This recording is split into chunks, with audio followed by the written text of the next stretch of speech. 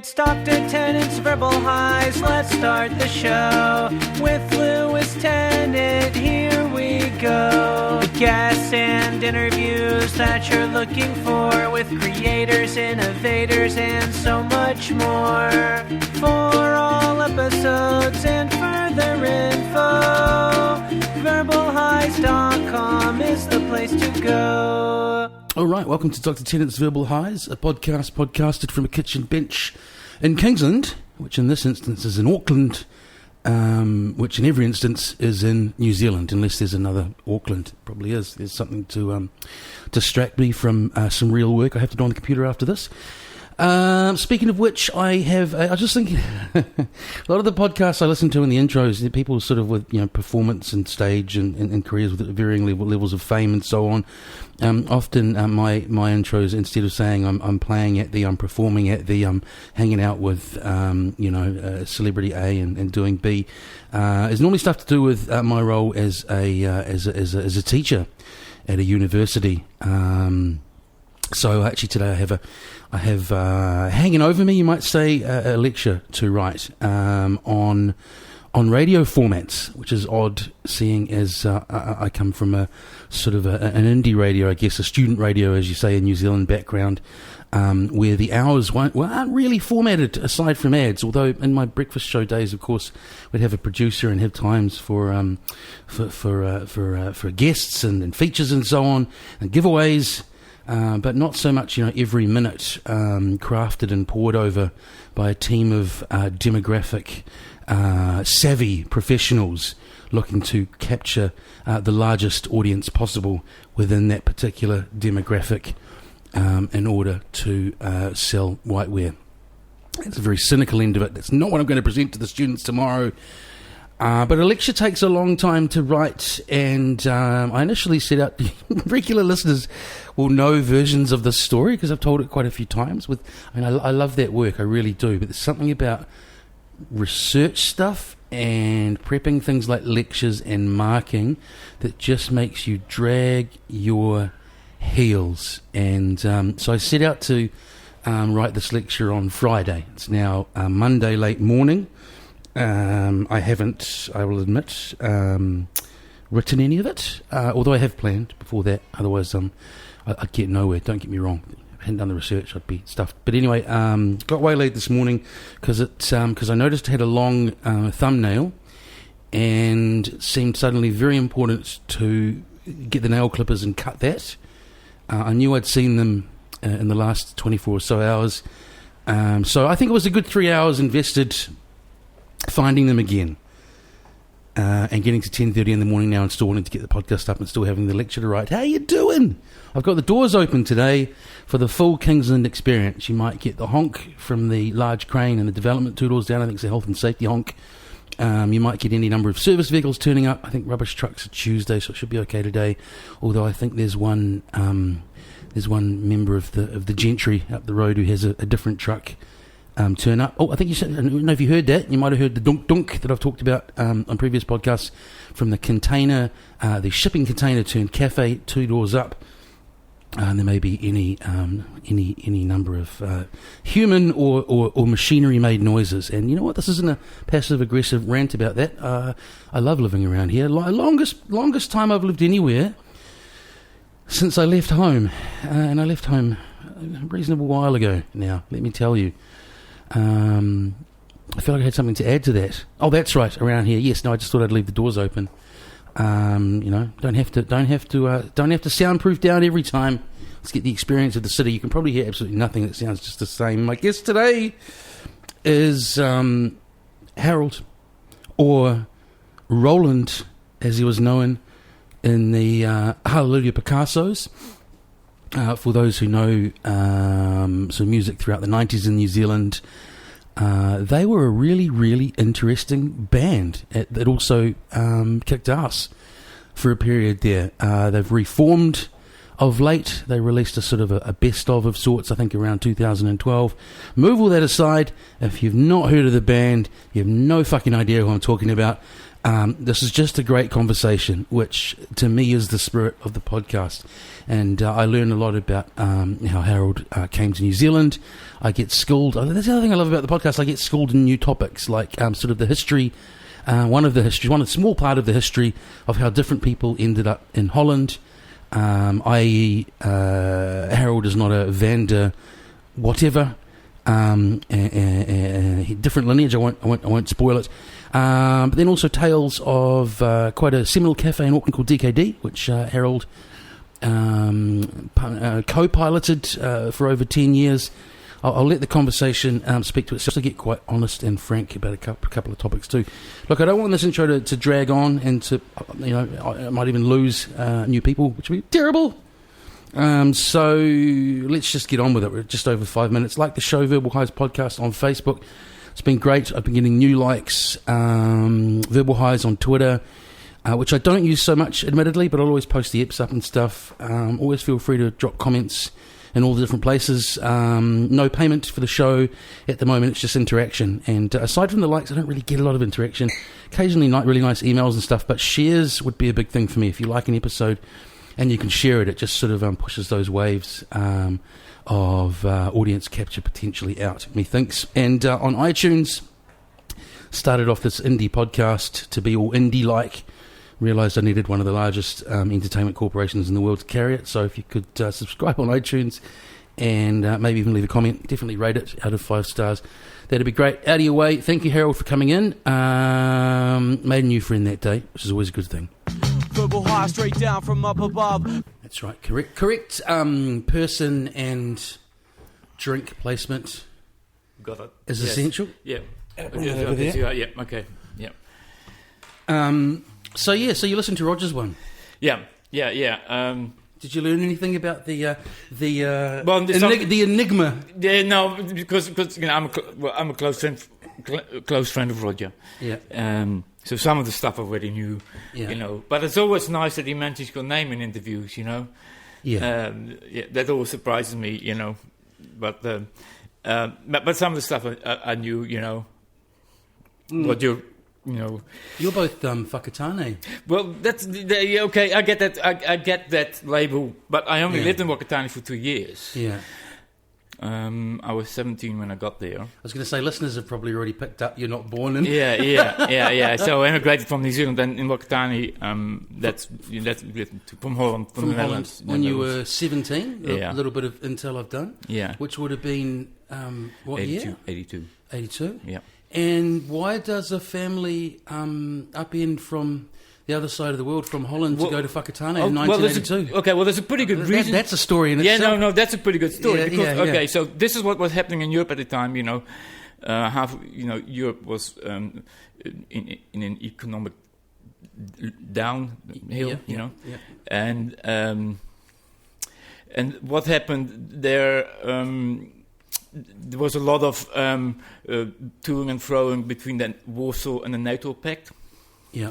And this at the time this was the issues about short-range nuclear missiles. Okay, so what happened on the Dutch TV and a lot of other European countries? Every second week there was a program about immigration. Every other week there was a program that nuclear, war was going to happen. Well, so your family fled through genuine fear of nuclear... And not only that, but also annihilation, but also there was economic problems there as well. There was high unemployment there, increased population... no work and the threat of annihilation. That sounds like Right, 82, So people honestly thought that 1984 was going to happen, Yeah. I mean, I jest, but that's heavy, right? Yeah, but it was a real thing, Yeah. They were honestly, there was honestly bickering, between the two pacts, NATO and Warsaw, because this was about placing... The Warsaw, the Warsaw Pact. Yeah. So the Warsaw Pact had their short-range nuclear missiles in East Germany. Across the border, the NATO had short-range nuclear missiles pointed at that direction. So there were only, there was a small distance between them, And you guys are kind of like a tennis net in the middle. Yeah, we're on the other side. But, on the other side, yeah. But that nuclear fallout, it would affect, whole of Europe, and it was a genuine fear, And pre-internet, you can't do. I mean, New Zealand really is the other side of the world. It is, yeah. Were there sort of a bunch of Dutch people that settled? Were there immigration agents saying this is, hipping you to it? Yeah, and no. stuff So then what happens? Yeah. Okay, because you can trace the Dutch immigrations. They have the sort of you have the post World War II immigration that the Dutch that came around arrived after World War II. Yeah. That generation, and then there is the late 70s, mid 80s period, and that's my generation, Dutch generation, my parents' generation. And so on Dutch TV, the programs about immigration, the three countries were Canada, Australia, New Zealand. Yeah. And my parents had a friend and who had a sister who was living in New Zealand. Yeah. So then you have to orient yourself. Just that one connection, makes a huge difference. Yeah. So you have to have at the time when you want New Zealand immigration worked on the premise that you needed to have a sponsor here. Yeah. And then because of the sister of this friend, my dad went over here to recon. Yeah. And set everything up. So they were the host family when we arrived here. It's fascinating people's stories, eh? So were you from rural Holland, or was it okay? So it wasn't. Okay, so you come from like the big city. Well, this is where it gets a bit complicated. I was born in a city called Den Haag, The Hague, and we moved to Friesland, Frisia. And it's up the north of a northern province in the Netherlands. And so we lived there the last 15 years of our life. And so, but even if in those sort of those areas, you're well connected. I mean, about cultural things. Even in Dutch culture, you have music. The top 40 is full of foreign language records. Now that is just starting to coming here, but back then, Italian, French from all over the world. Even TV programs have Dutch subtitles, so you hear the language spoken. Yeah. So you're not as isolated as a culture isolated as. One seems to think. I was thinking more the cultural isolation of coming here. I mean, okay, that's happened. Rural New Zealand in 1982 is it was a culture shock. Probably not like the Auckland, Auckland. It was a culture shock. I was, me and my sister were teenagers. Just you and your sister and me your and my folks? sister and my folks. We were teenagers, and in Holland I was a DJ in the local youth center. Was a DJ since I was 12, so I had a lot of it was highly social interaction.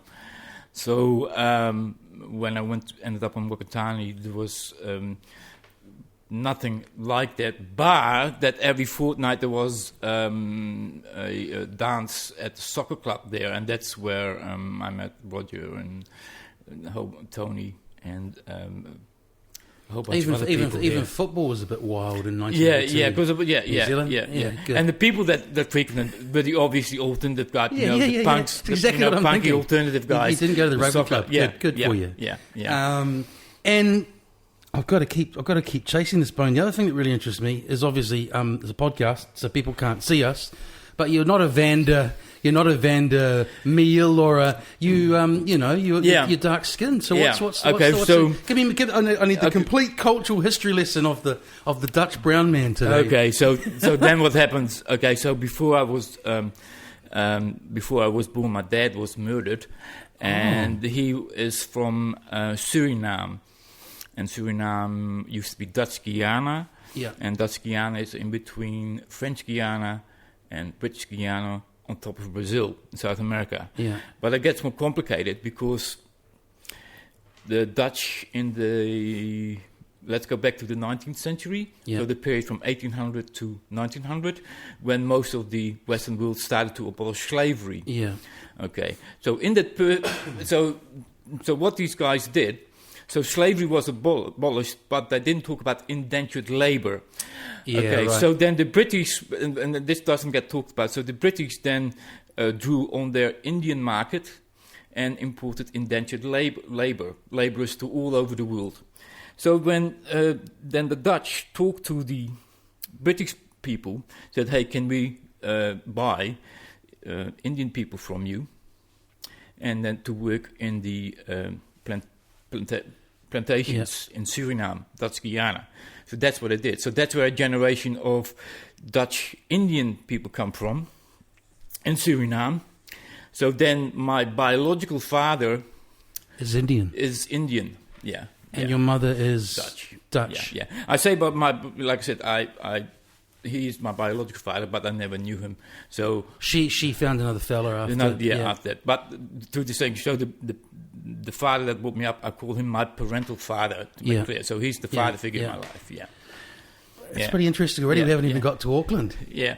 So back to that Indian question, for instance. So, they were just not much better off than slaves, basically. And it's estimated that during that period, an estimated of 10 million Indians were displaced, not into South America, for instance, but also to Indonesia, because that was a Dutch colony in the time, that they all ended up working there, So after the transatlantic slave trade, that was another big upheaval, So not that it makes it any less kind of fucked, but your dad wouldn't. Well, it wasn't that recent. It would have been your great grandparents, even great grandparents. That's so people forget how that's not long in human history. It is not.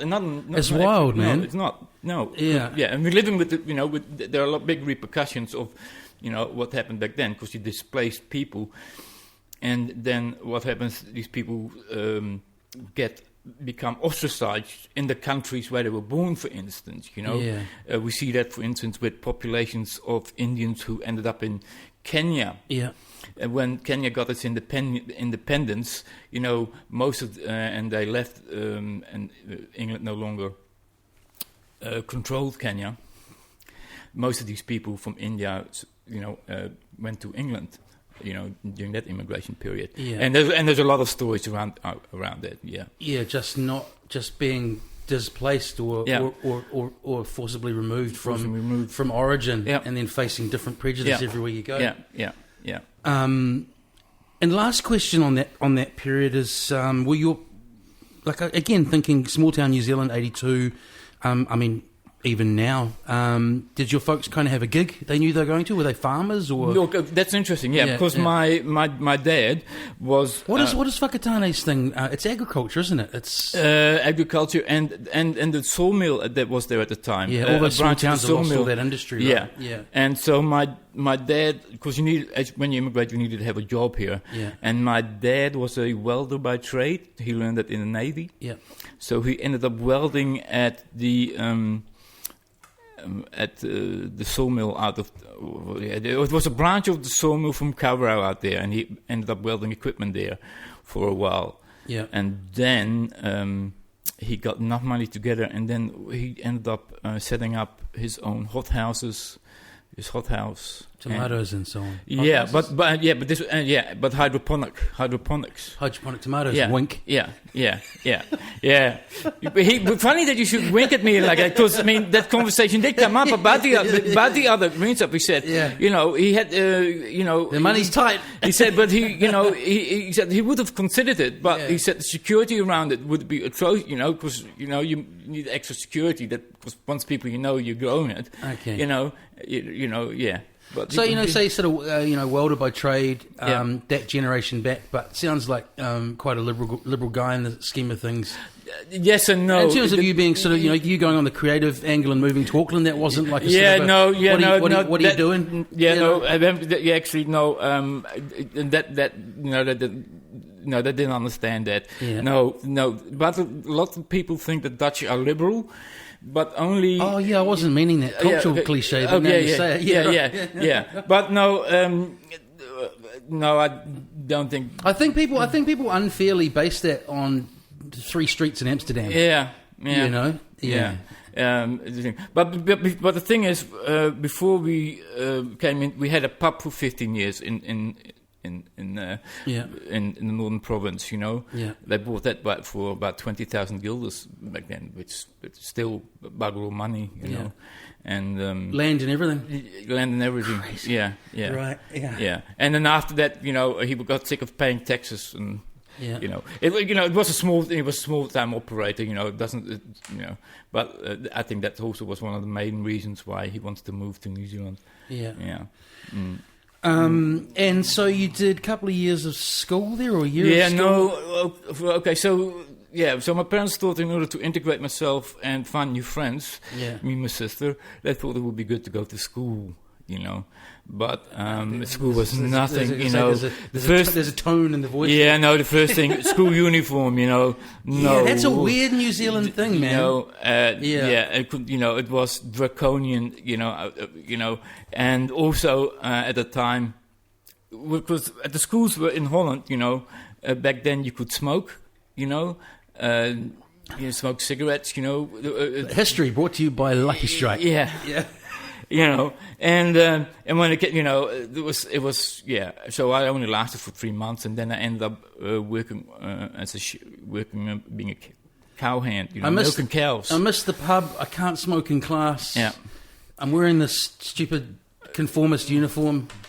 I dodged. I went to Wellington High, funnily enough, in Wellington, and used to be 6th and 7th form was no uniform, and then the year I started, 89, was the first year it was everyone no uniform.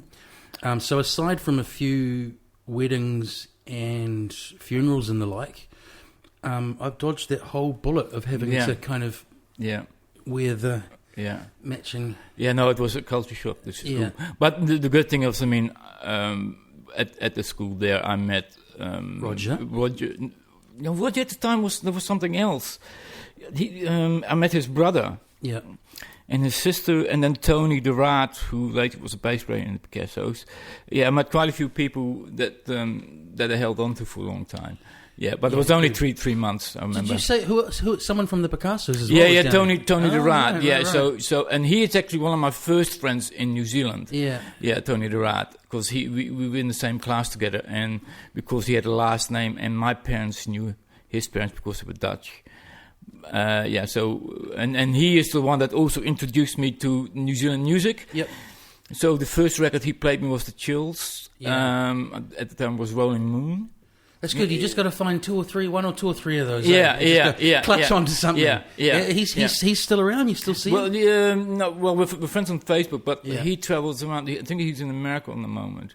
Yeah. It's a crazy thing with the modern world. I find is, it's just. It is what it is. Some of my nearest and dearest are just scattered all over the planet. Yeah, that's you get those happening. once 6 yearly catch ups, and it's like the best ones are when it's like it hasn't been 6 years, but it kind of has when you cover a few things, you know. Yeah, and it's interesting that you realise that, but as you grow older, the gap of seeing each other becomes a bit bigger, it's longer, So, hey, before we move to Auckland, and by the way, everyone, I normally introduce.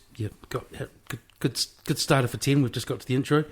I've got Harold Rorschach from the Hallelujah Picassos. I reckon I was trying to think of a good all-encompassing word.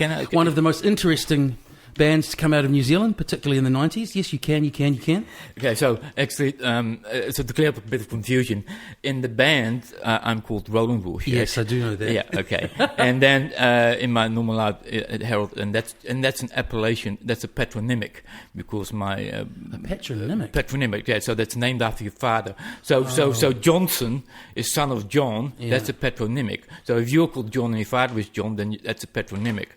So my father was called Harold, and my biological father we're talking about now. But then how does that relate to Roland, which is why Roland... Okay, and Roland comes in because my parental father was very infatuated with Charlemagne, Karl the Great. He was a king in the 8th century after Christ. Yeah. Okay, and there was a famous poem called The Song of Roland, and in Song of Roland, the knight called Roland alerts the troops of King Charlemagne that the enemy is coming, in this case the Saracens, and he blows so hard on his horn that he blows his brains out. And it's a very famous poem. I think that's a suitably thorough answer. I'll give you that. Yeah. So he was fascinated by the name, so that's why I'm called Roland. And although it says on my birth certificate that my legal name, but we always his appellation will be Roland. Right. And you guys were you kind of multi-instrumentalists, most of you. What did you come up on, man? When did you start? When did you pick up an instrument? And what was it's interesting. I'm self-taught and on guitar. Yeah. And it's very basic. I'm not into virtuosity. Like self-taught, like listen to a record, find the notes that make that chord or note. And play my own style. Yeah. So the first time I only started playing instruments when the need arose in the band. Yeah. So when I say self-taught, it's basic, do-it-yourself punk style. Yeah. So one finger, and all my strings on guitar are 4 top E's, 2 bottom E's, and you all tune to the same, so I can my finger up and down, and make noise. Yeah, so it's purely for the noise. I thought Peter was on guitar. Oh, it was 2 guitars and no bass initially, wasn't it? Yeah, there was. Peter was the main guitarist, but if there was a name rhythm guitarist, then later on Gavin came in. He was a guitarist as well, but the guitar that I played was purely for the background noise and rhythm and rhythm. And Bobby was on drums, and you soon discovered he could sing. We'll talk about. Well, we discovered that he could sing before he could play drums. Sing being an understatement, velvety voice. Yeah. The only reason why I ended up playing drums because he's actually a guitarist. Yeah, he's a good guitarist. So you were just 4 or 5 guitarists that had to figure out. Yeah. Well, it wasn't a problem at the time because so Bob only started playing guitar because at the time we were the Rattlesnakes, and the guitar patterns that we needed was one of the snare. So it was originally a 3-piece. It was you, Bobby Lon, and Peter. Yeah. And there was a 4th guy called Pat Pending as well. But he came on later on, didn't he? No, he came out of Rattlesnakes as well. Is that Johnny Payne? No, Johnny Payne later as well. Yeah, we're getting caught up in the detail here. Yeah. So I had to laugh last night. I do a little bit of a read on people as you do. Yeah. And I've always had a funny thing about genre because I've done some music writing, so it's necessary to tell another human being this might be what you expect when you listen to this. Yeah.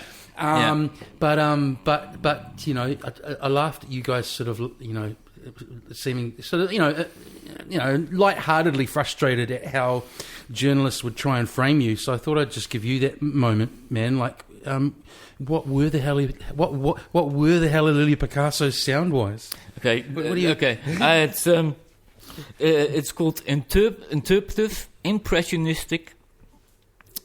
Hang on. Hang on. Now I have to get it myself. Hang on. Because I had interpretive impressionistic variationism. Right. So it's almost an artistic movement. Yeah. With a name like Hallelujah Picassos, you can go with it. Yeah. And I mean, even sort of visually, just I don't know if is it a story I've told? I have younger listeners. People need to realise that. What would I have been, late teens or whatever age I was when you started? Like, it was probably even actually after you started. When you guys formed in 88 or something, didn't you? Yeah, right. So I didn't discover you to kind of 93, I think. And the idea of crossing over, at least in sort of the music industry, wasn't kind of hugely done. So you existed in a very different environment than now in terms of mixing it up, eh? Yeah. And also which kind of wowed people, but caused sort of issues with others, didn't it? It does. Yeah. You could, and also we had vast different reference points, That's what I was going to say. Sorry, that's the train of thought I lost. Is even visually you could tell, like, you've got Peter, who kind of looks like perhaps part of a synth pop duo. You've got kind of Roland, who's kind of like so almost like that look, and then you've got yourself, who's got a look unto their own. Yeah.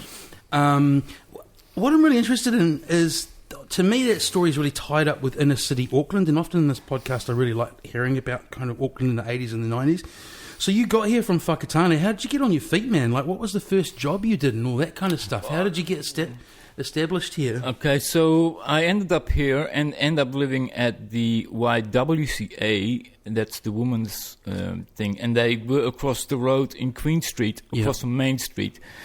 That's where I ended up living for a couple of months until I ended up flatting with Otis Mace in across from the Empire Hotel, up Victoria Street. Yeah, and then and then what happened? I was out in a club, and I heard these guys talking about the cafe, and I found this cafe, and it was DKD. Yeah, and ended up working there for the first 10 years there, and 84 to 94 or something. Like yeah, that? 84 to 94. Wow, you were there 10 years. Yeah.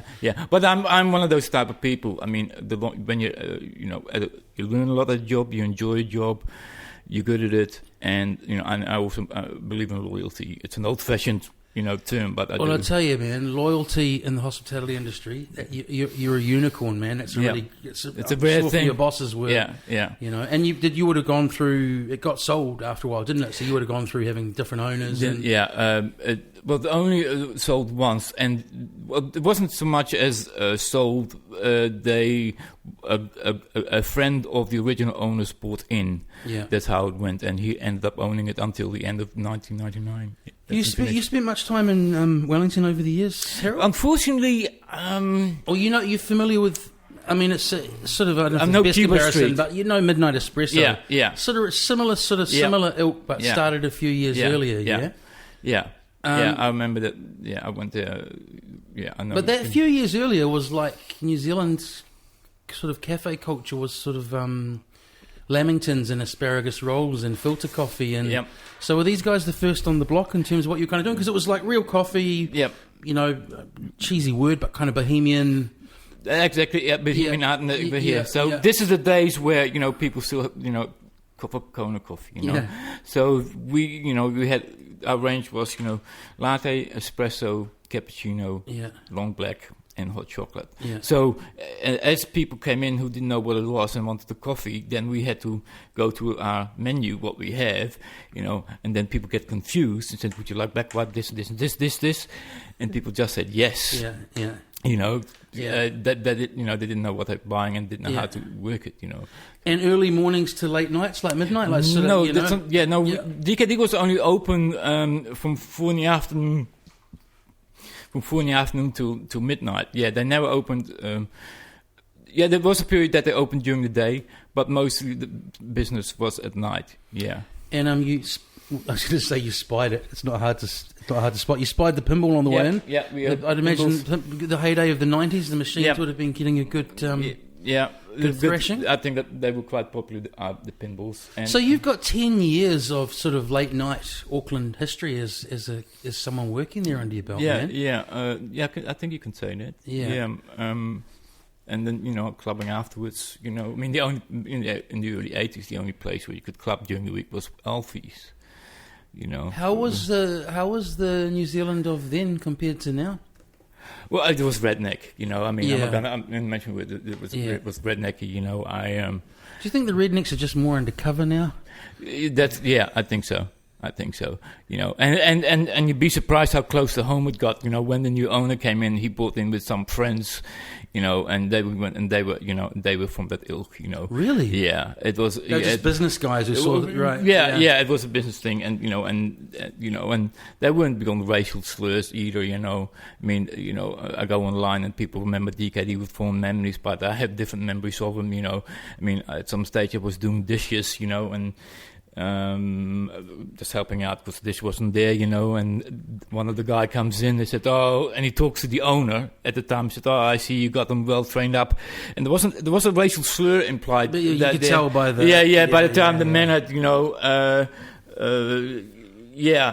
there was something, it was, because I remember the incident, and there was something else he said, and and that happened quite frequently, So I'm guessing this is near the end of the 10 years, No, this was at the beginning. This was at the beginning. Right. Yeah, because those guys, that's really interesting, because those rednecky guys slowly integrated. Right. Yeah, and they got used to all the bohemian, Well, I mean, people change their spots, man. I hope it was a genuine case of that, Yeah. And then there's a performance side of it, Like that's how you met Peter. Yeah. Would you just was it a sort of a formal thing where you'd book different acts for each night, or did this was sort of an open mic, or? No, this happened because DKD or Auckland every year had the Fringe Festival, performance, and DKD was part of it, and he was playing with a friend of his, and they were playing, and he played James Brown. It's a Man's World. Yeah. I thought a quite good version, and he had played it on a 12-string guitar. I remember, and the guy was singing.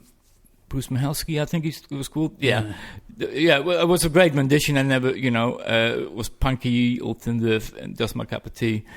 And then a couple of weeks later, I remember we were dancing on the dance floor, and he's dancing next to me. At Elfie's, the only club open. That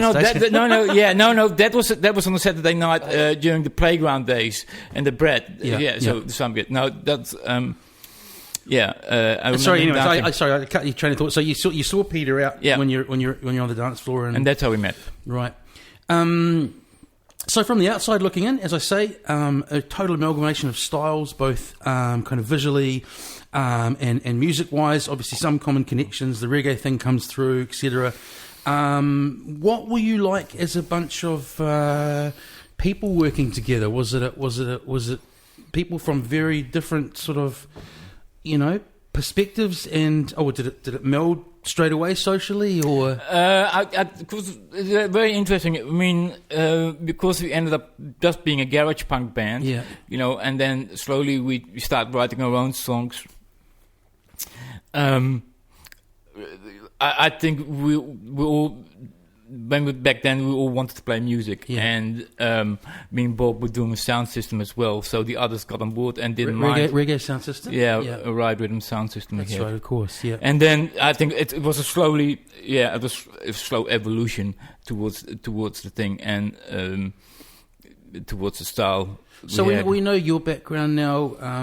For listeners who don't know, Peter was a recent, I think, Elam Art School graduate. Yeah. Where'd Babylon come from? Babylon actually is from Wanganui. Yeah, and he also one of the guys, because all the guys from the Castles I met at DKD. Yeah. So it's a quiet night, weekday, and DKD. I go in the kitchen, put the cups, dirty cups, saucers down. I turn around and there's this guy sitting on the bar. Yeah. Blonde hair. Interesting looking. He's interesting looking. Yeah, we ended up having a conversation. That's how I met Bob. Yeah. But out of nowhere, he was sitting there on the bar. And so he was like a fob from Wanganui. He had just arrived. You mean? Yeah, and I think he had work here as well, if I remember correctly. Yeah. And then we ended up talking. Yeah. And he appealed. The funny thing is, he appealed to my aesthetic. At the time. Yeah, he was striking. That's what I mean. He was a rock star. He was a rock star, and I don't mean that in that really compartmentalized way, but that's right. Yeah, for the stage. The feel. We ended up talking, and he had cassettes of Prince Buster, the greatest hits, and that's what we ended up listening to. You're in. And he had live shows of, because he also DJ'd on your radio station, Wellington. On Active, right? In the early 80s. Yeah. I would have been. So how's that hit you, man? We talked about age before. I mean, fuck, he passed away only recently. Yeah. Has that been pretty heavy? Yes and no. I have to be brutally honest. I mentally prepared myself for it that it could happen, but it's still. So he I don't know the man. I know of the man, of course. You mean you prepared because he had terminal illness? He had time. Yeah, something like that. Yeah. I won't go into the details. But no. But I knew it was going to happen. But it's still not a pleasant experience. I was hoping. It would be a bit longer because we have an album coming out, to see that through. Yeah. Is that new material or? Yeah, that's new material. That's all new material. So he managed to play on that? On half of it. On half of it. Yeah. And, it happens to all of us, bro, but it never makes it easy. No, it's not what easy. I also always like to ask, because funerals should be celebrations as well. Was it a good service? I'm quite pleased to say that I personally was involved in it, in arranging with the family. And I think that also helped, I've done something good for this man. Yeah. Had you sort of met the family and stuff over the years? Yes. Yeah. I'm familiar with his daughter. Met her when she was 6. Yeah, right. I met her mother. Yeah. So and they were the main players I knew, and his sister as well. Yeah, I met his sister as well over the years. Yeah. Yeah. Right. Was familiar with them. Yeah. So sort of it's a ending off on that and then segueing to something else. That's right. My condolences. Thank you. With the band, how did you sort of start making some proverbial noise? Was it sort of getting up to BFM with demos or playing the live shows, or where are we? We're in 88. Yeah, okay, we're in 88. Okay, so 1988 New Zealand that we've talked about. I was lucky because of DKD, I got a job at I ended up DJing on BFM. But having said that, it's a rite of passage. It's a rite of passage. So we ended up being this garage punk band, and so slowly we progressed from the Rattlesnakes, and then we wrote "Clap Your Hands for Jesus." Yeah. It was during the Rattlesnakes Day. That gets released on Positive Vibrations on album, and I think that's the one of the first songs we had on playlist. Is that some compilation of sort of indie bands or something? It was a pagan record compilation. Yeah. So Trevor Reiki found you at some stage. Yeah. Well, he wanted that song on the compilation. So compilations are a whole different proposition. Yes. And I think from there on we ended up doing a single, No More, and that actually also wasn't pagan. Yeah. And that's the song that Bob sang. Yeah. And from there on in, we were due for an album. And then we changed from pagan to Wildside, because Wildside were doing CDs at the time. So Murray took you under his wing. Yeah. It's funny you talk about the releases when I ask you how it all managed to make a lot of noise. I thought you would have gone down talking about the show route more. Wasn't it weren't the live shows more how you found audiences, or... Is it? I mean, in the beginning, the live shows were very. I just remember very few people turning up in the beginning. I don't think that's uncommon. Yeah. Okay, so it's only. Now you mentioned that it's when we had an album release that then people bigger crowds, but they were never as big as most people think they were big, Yeah. But we had a following, mostly friends, That's usually common in those situations. Got to have the friends there. So 88 to 93, which is when I got Drinking with Judas, that came out in 93. Yeah. That's sort of the album that copped the most ears, isn't it? That's interesting. You know what I was thinking today is it's got. I don't know if you guys were conscious of it in the era, in that era, but it's got. Well, it's got skits. You made it, but that was a very rap album thing around the time, eh? Like skits between tracks. I only put 2 and 2 together last night when I was thinking about it. I love the way it rolls through with MCOJ and his boots and then kind of Madcap studio stuff. And was that just sort of we'll just whack that stuff on? It's on the tape, and tape's expensive, That's very interesting. Well, no, I never made the rap connection, but you think about it, like but now you're right. At the time's got this, this right. like Wu-Tang, like a lot of those crews did it, right? Yeah. No, it hadn't occurred to us because we take. You're absolutely right. We do take certain elements from certain elements, techniques, But I always, as my music and my writing comes from an artistic, I like my art, So and it's not always a musical influence, Do you dabble? Do you paint or sculpt? I write and I draw. Those are my outlets. I do dabble, And so putting that album together, what's the process? A year, 2 years, 2 months? No, we had the songs. It started off in the BFM studios, which hang on. For anyone that knows, that's recording something. It's almost like that's bare bones. It's bare bones. The funny thing is, I think that on Hateman and Love there are a couple of BFM tracks in there. Yeah. But on Drinking with Judas, that's all done at the lab. That was all done up in Simon Street. Yeah. Thanks for the budget, Murray.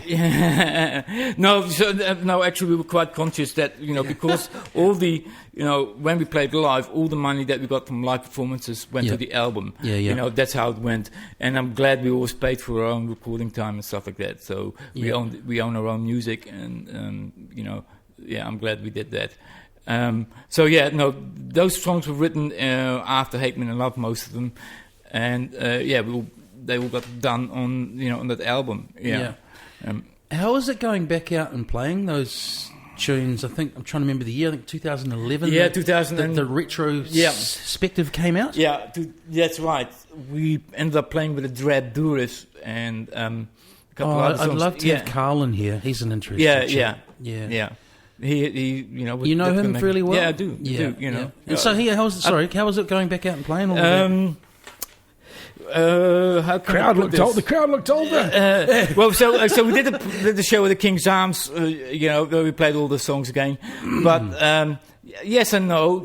I'm all about the new material. Are you playing some of that as well? No, we didn't because No, we didn't, because there was only a handful of songs. Because we just had a new bass player, and we had to teach him all these new songs. Yeah. Darren Harkness is a new bass player. Yeah. And I didn't mind him for the first couple of sets, but you don't want to play old stuff all the time. I don't want to be a retro band, Someone said to me, I really like this line, and I've reset it as if it's my own. But like say a big. I don't know. It doesn't matter even what I say. A big American band who disappears. It doesn't even have to be American. A big band that disappears for 20 years, and they come back and they do like a greatest hits tour, and it's a band that charges $300 a ticket because they're back or whatever. Yeah. They either connect and play this amazing show that still feels as fresh as it was, or they do what this person said to me is the Vegas cabaret show, right? Where it's sort of like you're just kind of going through the motions to get through that. I'm sure you did A. I'm sure you did A, rather than B. And thinking about that, like I again reading between the lines, because Peter doesn't say it in interviews with a lot of conviction, and I think that's part of the joke that he left for spiritual reasons.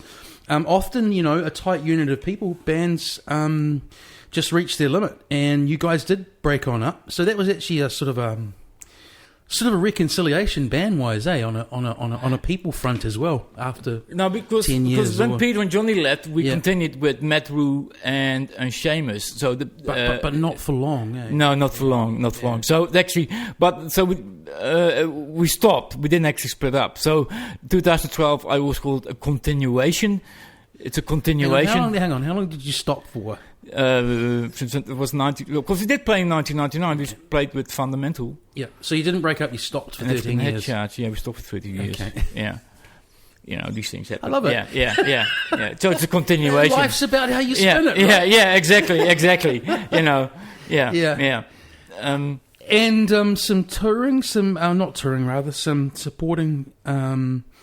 Such a range of acts, throughout the years. Beastie Boys. Yeah, first time that we did. The first support act we ever got, and I was quite pleased on that, was Screaming Dave Hawkins. Right. I saw that, and I was like, to go from that to the Beastie Boys, that's a sign of the sort of band you were, well, right? at the time, we were just transitioning from Rattlesnakes. Right, makes sense. And then we got, with Hateman and Love, we got Violent Vamps, Soundgarden, Faith No More. Yeah, Soundgarden and Faith No More, because, he's a very talented man, Mike Patton. Yeah, but I'm not that whole grunge thing wasn't me. Not your shtick. No, not my stick. Because once again, it's his reference point. Where for instance, if you have a band like Mudhoney, and they come from a punky background, and the other guys, it just wasn't. But from an exposure point of view, man, that's awesome. You're getting out, supporting all those different. Because remember, we talked about how audiences were a little bit more segmented then. Yeah. I mean, you're kind of you're spreading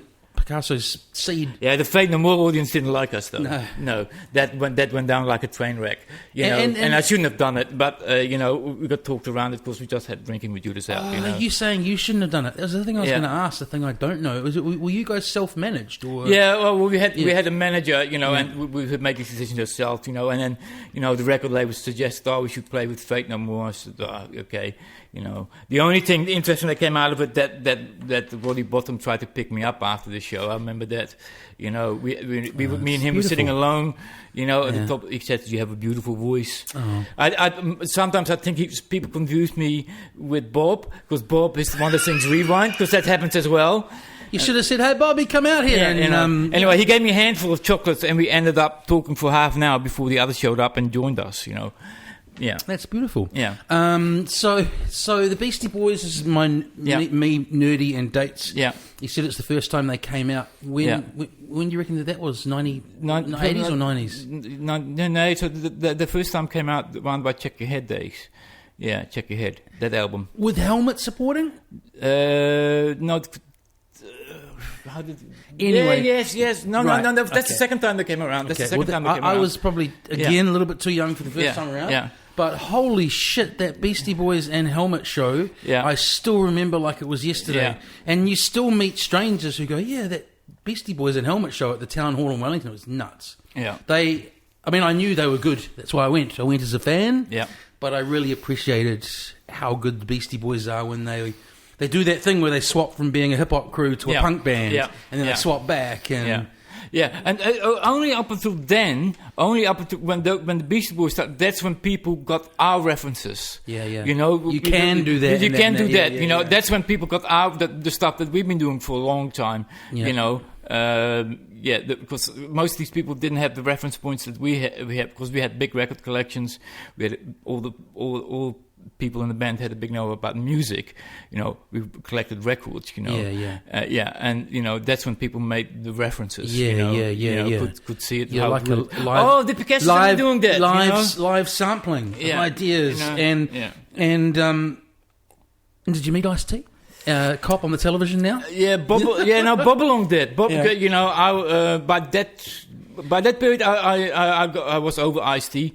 Yeah. Because I saw him in '88, and I liked his. There were a couple of tracks I liked, but by that time I was over him. But we played with Body Count, and Bob along met him. Yeah. Bob along couldn't stop raving about it. He did an interesting. I'm shit with time frames now.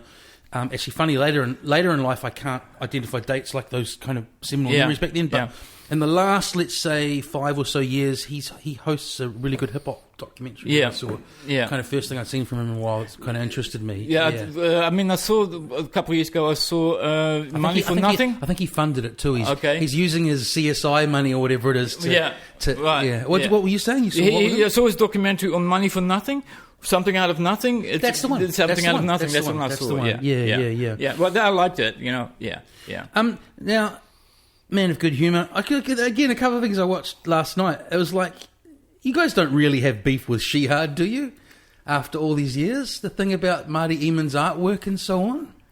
No, why? No. Why does that come in? I watched a video where you were talking about. It seemed tongue in cheek about how you'd used Marty's. Oh yeah, no, because I met Marty. When he just started. He was living around, and what happened was he was a fan of Picasso's. Yeah, and so we ended up doing artwork for us, and for Drinking with Judas. Then we go to Wellington actually. Yeah.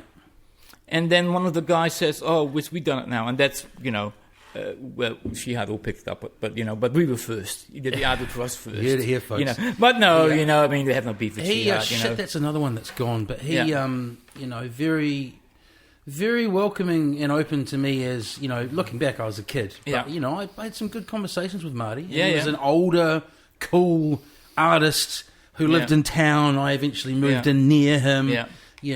Okay, so what you're saying there about welcoming, most that was my philosophy. I come from the background of hospitality, and because I like people. Yeah. So for instance, that rock god thing wasn't for us. Yeah. For us it was on the level.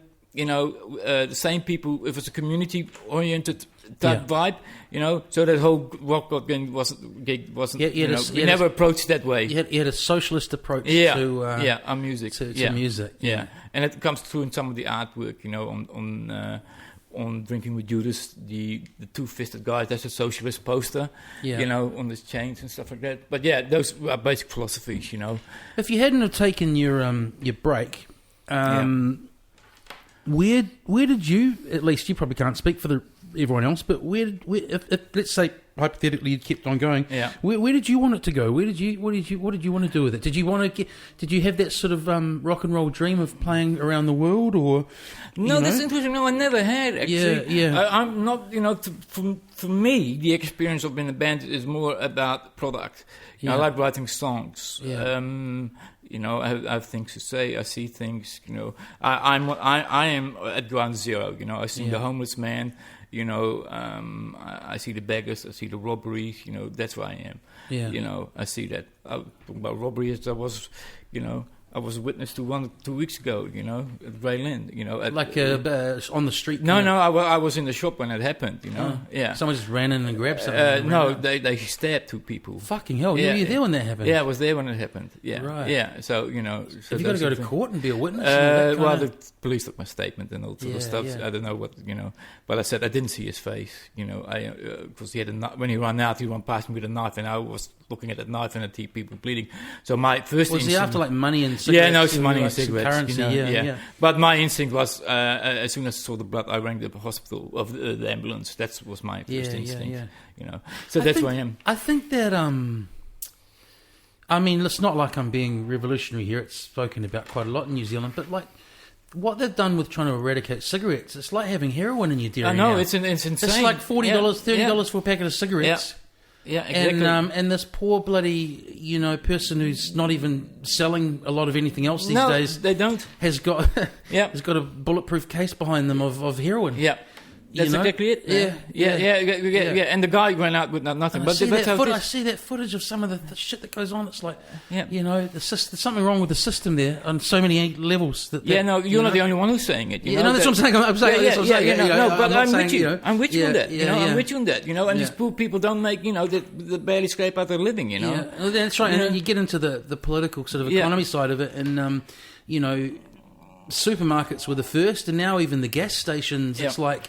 Even the little stuff they used to rely on, you don't. This is a funny little thing I do, and I tell people I do it just because some people don't think about it.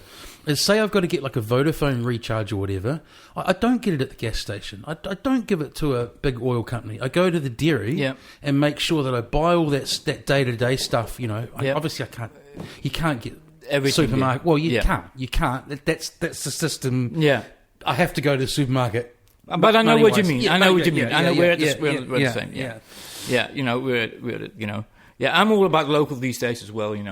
It's all about. It's local. good. I think it's changing, and it's like it's not a terrible cliche. It's a cliche, but it is that think local, act global, and then the other great cliche around a whole lot of things with sort of changing the world, gets kind of back. In a way, is like it's something about one person makes a difference. Like I've been trying to. How have we gone from cigarettes to recycling? But I was like, I don't need to put plastic bags in my little bin anymore. And I've been trying. I got the last 2 or 3, and over consume. So what have you been doing since the band? I had a look on your Facebook page, and you've trained as a drug and alcohol counsellor, right? Yeah, I did. How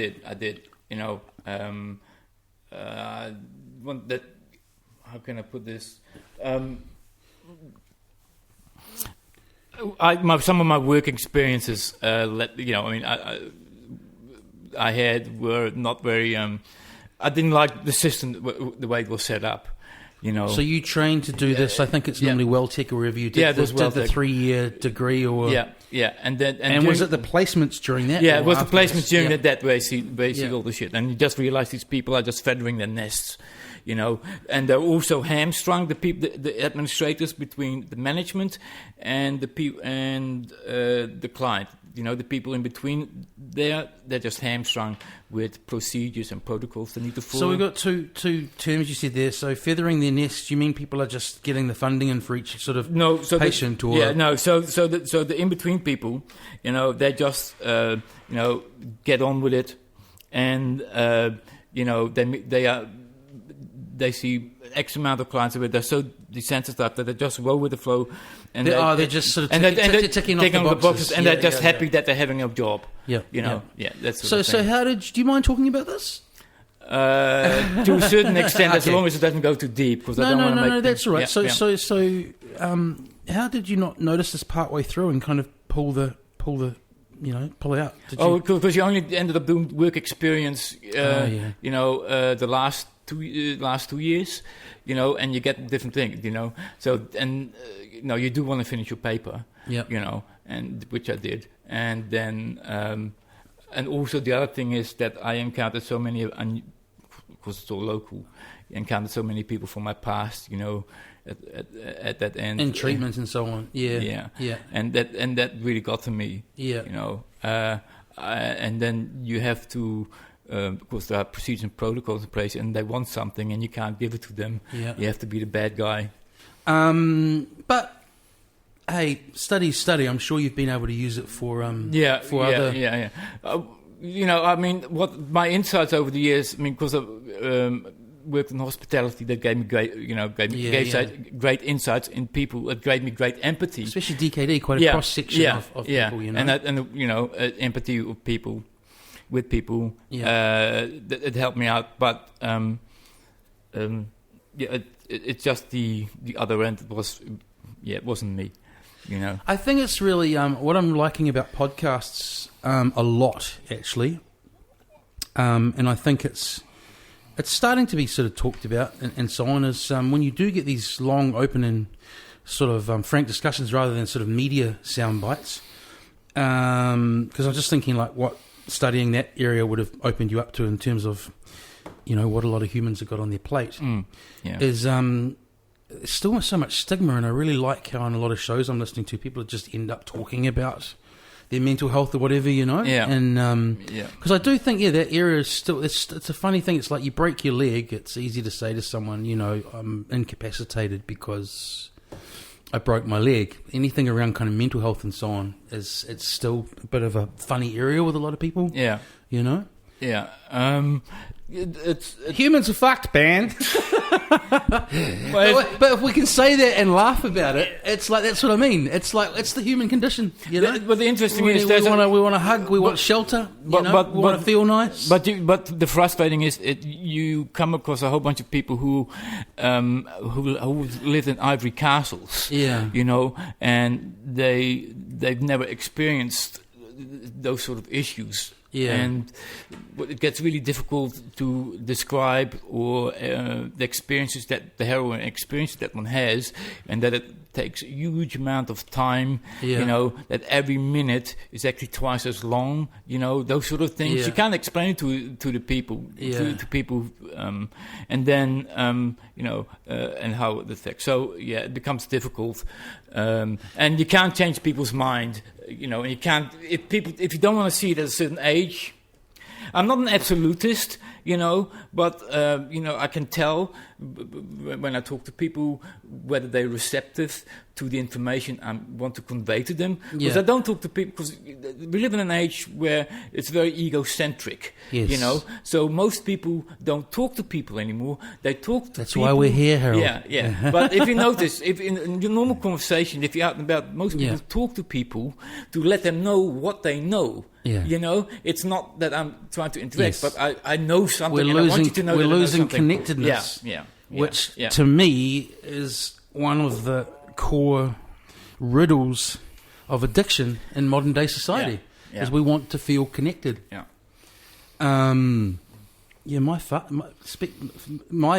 experience with heroin is having an old man who was tied up with the whole Mr. Asia influx in the 70s, and so he's not been around a lot in my life because you do things such as run into banks and chemist shops with sawn off weapons at the time.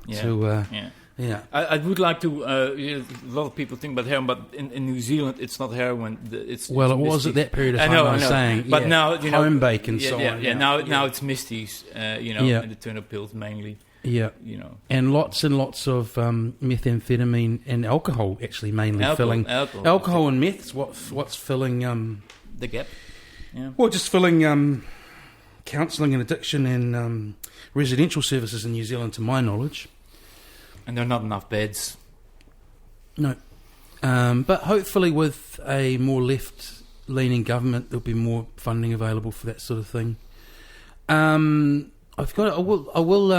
been snippets of my talking about my past with my dad. I have to do a podcast where I unwrap that with people a bit more. Maybe I'll interview myself. I was thinking for episode 100, I might get a good friend to interview.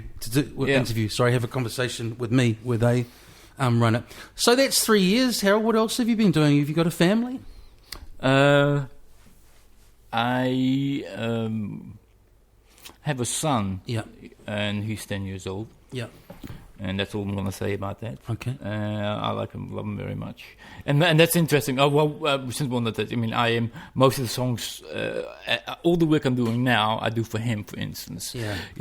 That at some stage he can see what his father did, get to know his father. Yeah. So one of these things. Great. But in the year of the donuts. The year of the donuts? The donuts. So 2000. Oh, right. The donuts, 2 donuts. Yeah. Yeah.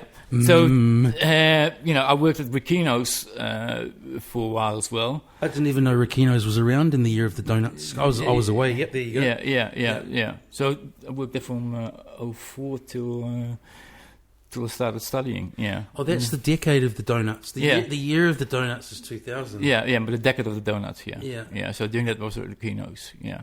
That was a great scene unto itself, wasn't it? Yeah. That's a very interesting story. There's some interesting band came from there. Like what's the name? The Broken Souls, Open Souls. Open Souls. Yeah, they played there a lot. And a lot of that. I say new wave, but I'm probably 10 years out in my cultural reference. But another whole kind of not crew like group, but another whole generation of sort of hip hop people who ended up going quite far. Came through there. Came through there. Yeah, or even DJs, and even people like the homebrew guys sneaking in underage to watch. It's like But they had a lot of DJs there, who ended up in Base FM. Like Dylan C. I really liked Kuja when I'd come up in the late 90s. Right. I really liked that place too for a while there. Do you know Cayenne that well? I know not well, but I know. We talk and say hello. He's opened this shop in Raglan that looks like Raglan. The photo looks like something out of like. I don't know. To me, Cayenne's got a really sort of artistic, colourful mind. I don't know if you've ever seen his handwriting. It's the most amazing handwriting you could ever see. But the shop looks like something out of like a kid's picture book or something, Did you see the photo? I know the photo you're talking to. I know what you're talking about. Yeah. But, I go in there and buy something just I'm to just say, amazed that people end up in the middle of the wops, I think, that's probably unkind, No. Raglan, from, is the scene big enough for that sort of stuff? Well, talking about age and stuff, when having Roger in last week, he's not living central by any means, and Benny Staples, who I've had in, is living out near him. To Raglan, there's stuff like the guy that owns Inc. Andy Mack, right. Yeah, so he, they've had some crazy, it must be. It's just like come to Raglan. It must be. We'll give you a few $100s and some drinks and treat you nice. So they've had some big acts through there. Yeah, because so what I'm getting at is I think it all just holds each other together. Yeah. With the Picassos, we ended up playing somebody's birthday there, because Andy's birthday was together with another Andy's birthday, and they had a big festival in a paddock for the birthday. Yeah, and there were quite a few local bands playing, and also we played with the Rumcoves and Roberta Suede and local talent. But so there is something. There's a scene happening there, Because that's what I mean. There's a yacht club there as well. He runs. Well, you just made me think about it now. There's sort of enough there, and I need to do this. That I just, I'd go down there for a day and a night, just to go to the shop, be in Raglan, go to a gig there that night.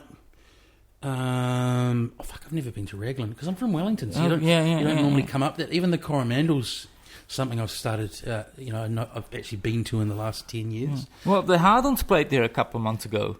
Yeah, I saw that. You know? So that's what you go from. You go from Norman J one week to who Roger said had I think Roger's exact words were something about after he fucking sold out, something to do with the knighthood. He wasn't happy about. Do you reckon you lose your DJ cred once you bow down to Her Majesty? Yeah. Listen, talking about the personality of the DJ, it's a whole fucking thesis altogether, man. You can write a thesis about that, Yeah. I have to be careful what I say, but No, you because don't. I've been a DJ myself, my views on some of the people, the egos have bigger maybe some of the same egos as a rock star, some of them, Yeah. It's got it's About playing somebody else's music. Swings and roundabouts. I'm going to backtrack a little because I thought that Fraser from Bodega in Wellington says he invented the flat white, and there's some guy in Melbourne who says he invented the flat white, and then I go online and read about DKD, and there's a third person. One of you guys thinks you invented the flat white. What's going on here? No, it's I know the guy is talking about. Did you know about the Wellington Fraser Bodega? Melbourne? Yeah, because the guy Derek, one of the D's of DKD, he's one of the guys who set it up. Yeah. Well, he's one of those guys. He was 5 years ago. He was in New Zealand Herald. Talking about it, and that guy Fraser comes up as well. And someone in Melbourne. Yeah, so Derek is a guy who can talk the talk. Yeah. He was like that back then as well, claiming he did this and that. There's an ad on BFM on the moment, where the man who was responsible for introducing Auckland to the flat white? The Coffee Society, with DKD, and the man who invented the flat white, and also he calls himself the Sir Edmund Hillary of coffee, Okay, then my money's on Fraser because I know Fraser and he's not a big noter. So as for this Melbourne guy, Yeah, but I know that Derek went to. Before DKD, they went to Australia. You see, and they lived in Australia, and I think that's where we might have picked up the idea. I think Fraser's story was kind of cute. It was like he made a mistake with an order, and the customer really liked it. I go, it's the classic. Like, of course, I was about to say, have you made coffee? You're only in a cafe for 10 years, so I've done my fair share of baristering.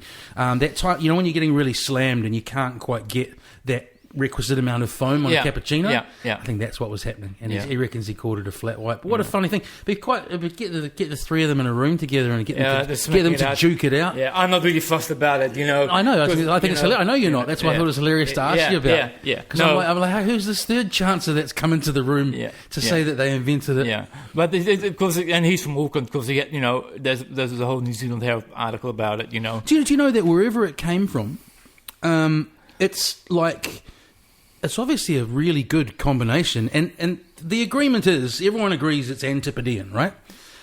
When I lived in London in 2000, the coffee was shocking. It was like variations of Starbucks. They were into those really big containers and just no flavour. The good coffee in London now is mainly Australian and Kiwi-owned cafes. Yeah, because I discovered pretty early that New Zealanders were pretty fanatical about the coffee culture, and dare I say it, more so than the Italians. Even in the 80s, though. I started recognizing this in the mid 90s when there were coffees everywhere, and it only started to grow, Yeah. You know what I miss, man? And I joke sometimes on this podcast that you can't sort of get caught up in nostalgia in the past and the world changes and all the rest of it. But this sort of, what you do in a cafe now, I guess you call cafe culture. Like when you were talking before, I didn't say it. I sort of liked how I sort of pictured Bobby sitting there, and I pictured, when I could go into midnight and buy a coffee and sit there for 2 hours, smoke a cigarette, play some pinball, catch up with people. It's how I got to know a lot of people in Wellington. And cafes are just so different now. It's kind of like Adidas visor, $8,000 stroller kind of business. Yeah, and people look down their nose at other people a lot of them now. Well, and if I don't go to cafes that much anymore because there's no. But these days, if you go to a cafe, people look down on the screens. And that doesn't happen in cafes. But you're right. And back then, smoking a cigarette's like having AIDS. Yeah. Oh, we're pariahs, man. because I smoke cigarettes. But you're absolutely right. Back then, you could smoke in a cafe. But that's how I met, and that's how other people met other people. For instance, that whole I learned about this later in life. I've ended up in the teaching racket later. I ended up studying postgrad later. All the stuff I didn't plan. It's really weird. Has kind of turned into career. So I didn't realise that, have you ever heard of this idea of the public sphere? Have you ever heard of the public sphere?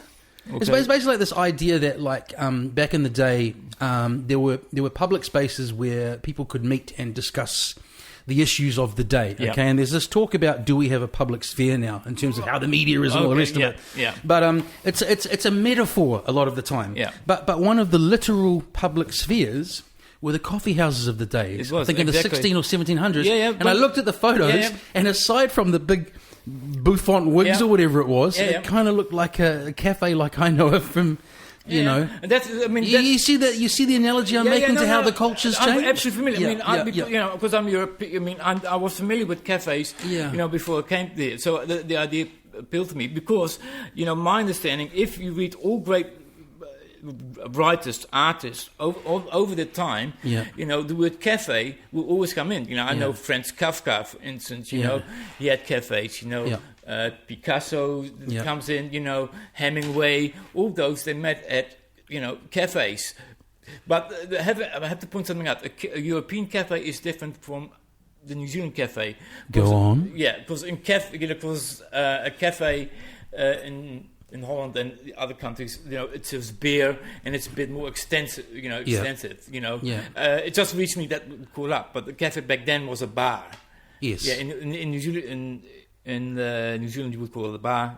It's cafe. It's exactly the same thing. Maybe that's what I missed in the drawings. They all had ales in their hands, not flat whites. But you're right. But some of the salons only served cafe because it was a cool thing to do. Coffee. Yeah. It was a cool thing to do. Yeah. Now, I don't know about you, but I've really enjoyed chatting, and I feel like we can wrap it up shortly. This isn't normally like, I joked about sort of short media snippets and radio promo or whatever, but we're here, we're near the end, and you guys have new material coming out, so just talk a little bit about that.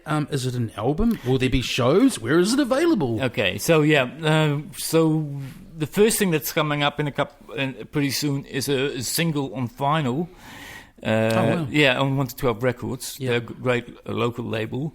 And then after that is an album also on vinyl. Yeah. And when I say on vinyl, that also means that it will be available digital. But of course. So that's coming up in... Is it like you buy the vinyl, you get the digital code? Yeah. That's what we have. Revolutionary! Yeah. They give extra. Of course, there will be digital, there will be more tracks on it. But with vinyl, there's gravitas involved with it, it's as great. Soon as you buy that, it's collectible. It's like Kiwi vinyl now. And shows. I mean, it's funny because you talked. One of your foundations is gone. So is the touring thing been a little bit? Shall we do it? Shall we not do it? Or okay. So we're working on the logistics of that, how we're going to do. But we have people in mind, so we can play it. So we have to support the album, but it is in the works, I don't know where or when, but pretty soon after when the album is released. But I can't make any promises, because we're just working on it right now. Because it's less than a month that Bob has passed away. So we'll see how it goes. Yeah. Oh well, you've lived an interesting life, that's for sure. Have you ever been back to Holland? No, really? I haven't. No, my family has, but been back to Europe? No. It's just that I have, I've always had things to do here, and it's just an expensive thing. And also, the other thing is, if you, because you're flatting, if you're going to overseas, for instance, then you have to come back. Find a new flat again, or you pay rent, or So that's sort of thing. I hear you, but thank you, and thanks for approaching me and asking to come in. I was not a problem, Lewis. Bit of a fanboy of the band, so it's good to put a voice and a personality to the experience. Appreciate talking to you. Bye.